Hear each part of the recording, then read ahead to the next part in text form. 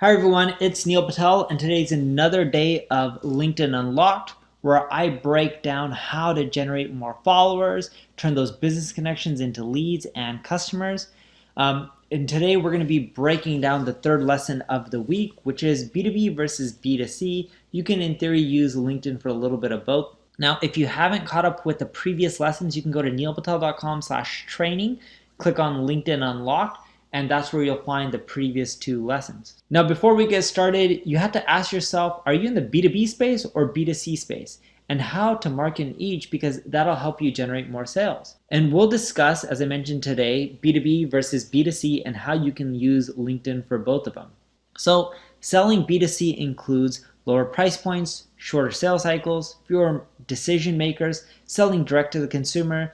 95% of your sales would typically happen on your site or your platform or in sales, and usually don't have too much interaction with people. Selling on B2B is a little bit different.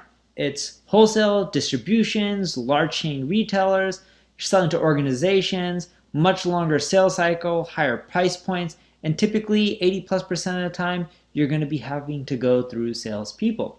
Since we've already covered marketing in the B2C space in the last few modules, this time around we're going to be focusing on B2B. Now granted, it works for B2C, but it's more effective in B2B, and in general, it's just a really popular social network that everyone should be using. So let's take a look at the typical B2B model. Well, in business to business, they could buy on your website, which is a fraction of the people, but in most cases, you're going to get a lead that turns into a discovery call. If the discovery call is qualified, it then goes into a strategic plan or a presentation, and then from there, it usually goes into a decision meeting. There's a lot of steps in between these 5 boxes, but that's usually how it ends up playing out. And your sales cycle could be 6 months, could be 1 year, it could be 2 months or 3 months or even 2 weeks. But you'll find that there's a lot of different steps within these boxes. And the longer the sales cycle, the more follow-ups, the more calls you'll have. So with your call preparation, you need a goal for you. Your goal is to receive lead or confirm appointment. You want to match the prospect to ideal buyer profile. Is the lead a qualified lead? What's their website? What's their budget? How many employees do they have? How big is that organization? Do they need the product or service that you're offering? You want to understand their business because that'll help you determine if they're a good fit or not. Then the goal for the prospect. They need to know what's in it for them. What benefits them by working with you. Then you have your homework. In essence, your reps need to cancel bad or fake leads because you're going to get them. I don't care what industry you are, you always get bad or fake leads. And you want to make sure you're going through all the leads to make sure they're high quality and you're focusing your time on the people that are super qualified that you should be closing. So the discovery call. What's your goal for the discovery call? Well, it should be that you want to get to know them on a personal level. You want to understand what products they're interested in, what issues and problems they have, and how you can help solve them. The goal for the prospect is to understand their own problem, because if they don't understand their own problem, then you're going to have a bad first call because they're not going to really know how you can help them. And usually companies don't have issues with that, but you want to just really emphasize what problem they have and just double check with them and make sure you have the correct one, because if it's wrong, then throughout the next steps, you're going to be wasting your time. You want to be making sure that you teach them about the solutions you have to offer and how it can help with their problems. And then the homework assignment is usually at the end of that discovery call, you want to give them a questionnaire to them that they fill out so you can better help them. And you want to start developing the next steps, which would be a call within 7 days or a week or 2 to review everything that you've learned for the strategic plan. And with the strategic plan, your goal should be to demonstrate the business case and the cost for the products and the services that you're selling. You want to show them step by step how you can work together to eliminate objections. You want to create a sense of urgency by wowing them and showing them how if they don't move forward, they're losing time, they're losing money, they have to end up doing wasteless cycles. So in that way, they don't just need your solution, but they need your solution today. Because if there's no sense of urgency, they can just move forward in a year or 2 from now. And when they think that they can do it in a year from now, chances are they'll forget about it within that year and never call you back. Goal for them is to know what is the best and next steps. They need to gain an understanding of what is the spend going to be and what is the exact results I get from spending that. As for a homework assignment, you want to recap the presentation by emailing them what was discussed, a recording, any action items. If you record the presentation, let them know in advance before you record that you are actually recording it.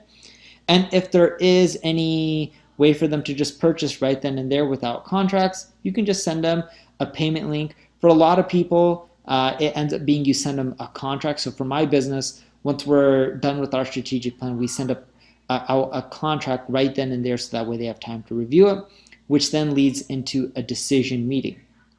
And you want to identify and resolve any main objections that they have left. You should have identified and answered any objections or a lot of the main ones on the strategic plan, but still what you'll find is sometimes people will still have the same objections over and over again. That means you're not doing a good job explaining the solution. And if that's the case, try a different way to explain the solution. You also want to ask for their commitment and identify the next step if they're not ready. Goal for the prospect is to understand the plan and the expected deliverables, what they're exactly going to get, how it's going to work, any implementation or time or cost. And homework assignments would just be onboarding, starting the start date, figuring out when it's going to happen, and of course the welcome email or kickoff calls. Well, now that you know how to close B2B leads, the real question is, where do you find them? LinkedIn is often an overlooked sales tool when it comes to B2B marketing. People just think it's a place where you can go and push content, but no, it's an amazing place for lead generation as well, and it's great for sales reps. They have over 690 million users. Almost all B2B prospects can be found on LinkedIn. I want you to check out the Sales Navigator from LinkedIn, and it's a great way to help you find your target audience. You can look up things like keywords, position that the person's in, like their title, like a VP of marketing or a CEO or CMO or COO, the industry they're in, their interests, their groups. This will all give you data, and you can use this data to tie it into your CRM and then start shooting them off emails and messages like, hey name, I'm looking to expand my network of marketing professionals. Would you be open to connecting? Sounds simple, but a lot of people will accept that. Try that out. Copy me. You don't have to come up with anything new. Just use whatever's already working for me. In sales, everything is relationship based. Leads take a while to close, whether it's 90 days or 120 days. Don't be short-sighted. Focus on the long run. Help people out. And if you want to stay and connect with them and you want to be top of mind, your profile is super important. From your headshots that we already discussed to writing well thought out descriptions to breaking down your skills, your endorsements, your education, all of that's super important. And if you don't do this right, it's going to be harder to close these deals. So if you haven't done this, go check out the last lesson where I broke all of this down, and you can find it at neilpatel.com/training. Just click on LinkedIn Unlocked, and it'll help you prepare for next week, which we're going to go over setting up ad campaigns, building your organic reach so that way you get more followers organically, setting up a step-by-step approach to reaching out to influencers and connecting with them, and of course, case studies so you get a good understanding of who to follow, what you can learn from them, and how you can replicate their results.